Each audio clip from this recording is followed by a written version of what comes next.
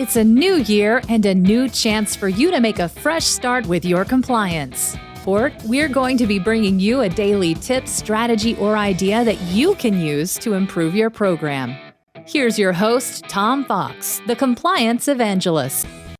Day 12, Financial Incentives for Compliance. One of the areas that many companies have not paid as much attention to in their compliance programs is compensation. However, the Department of Justice and Securities and Exchange Commission have long made clear that they view the monetary structure for compensation, rewarding those employees who do business in compliance with their employer's compliance program, as one of the ways to reinforce the compliance program and the message of compliance. As far back as 2004, then SEC Director of Enforcement Stephen Cutler noted that integrity, ethics, and compliance needed to be part of the promotion, compensation, and evaluation processes. At the end of the day, the most effective way to communicate that doing the right thing is a priority is to reward it. The 2020 FCPA Guide stated, the DOJ and SEC recognize that positive incentives can also drive compliant behavior. These incentives take many forms, such as personal evaluations, promotions, rewards for improving and developing a company's compliance program, and rewards for ethics and compliance leadership. The same concept around compensation and incentives was included in the 2020 update under the area of incentives and disciplinary measures. The first question posed in the 2020 update requires you to start with a basic question of what does your employee compensation consist of? Is it a straight salary? Is it variable? If so, what does the variable content consist of? Is it a discretionary bonus based upon the overall success of the entire business enterprise or some small subset such as a business unit or geographic region? Is it solely personal? Is it a combination of all of the above? Under the second question, you need to demonstrate that you have thought through this issue. The DOJ does not mandate one solution or formula, only that it be well considered. Add, of course, that whatever approach you come up with must be well documented. A good starting place is the article, The Right Way to Use Compensation by Mark Roberge, that discussed the design and redesign of an employee's compensation to help drive certain behaviors. The piece is subtitled, To Shift Strategy, Change How You Pay Your Team, echoed Cutler's message from back in 2004.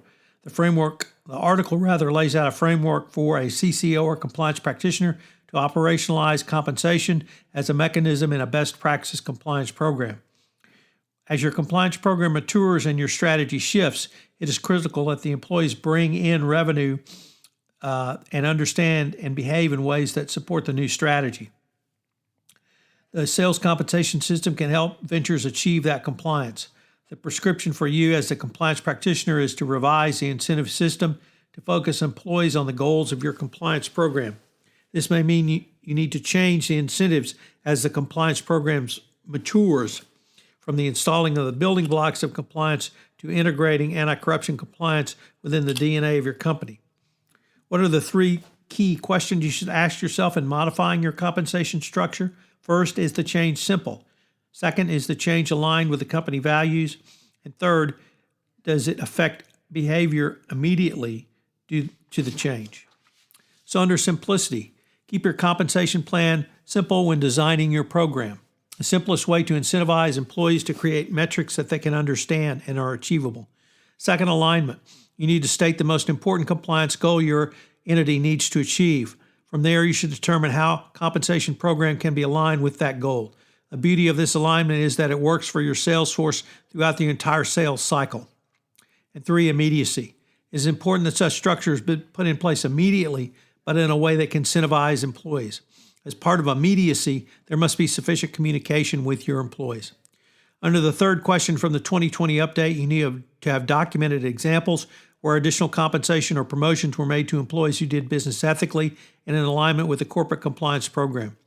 The fourth question goes in a different direction by asking who in the organization is evaluating, then setting the compensation of the CCO and compliance personnel.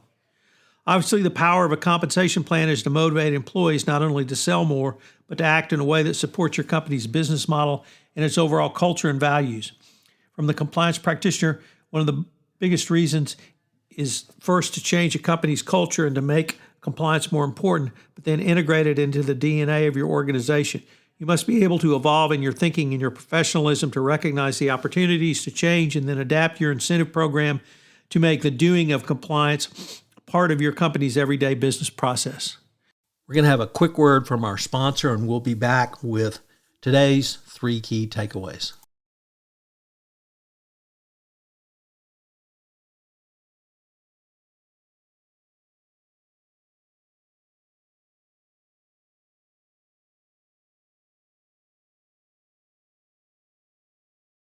So what are today's 3 key takeaways? Number 1, the Department of Justice and Securities and Exchange Commission have long advocated compensation as a way to motivate employees to ethical and compliant behaviors. 2, keep the compliance aspects of your compensation structure simple and easy for your employees to understand. And 3, have full transparency in the framework of your compensation structure. I hope you will join us tomorrow for day 13 in 31 Days to a More Effective Compliance Program, where we take up the issues of institutional justice and institutional fairness and how the Chief Compliance Officer and the corporate compliance function are now mandated to lead these efforts by the Department of Justice. I know you will enjoy tomorrow's episode. If you'd like information on any of the topics from this podcast series, please check out the Compliance Handbook 2nd edition, available at lexisnexis.com/Fox. This is Tom Fox again. Thank you for listening to this episode of 31 Days to a More Effective Compliance Program. I hope you will join me for the entire month of January, where I take a look at some of the significant changes in compliance and FCPA enforcement. 31 Days to a More Effective Compliance Program is a part of the Compliance Podcast Network.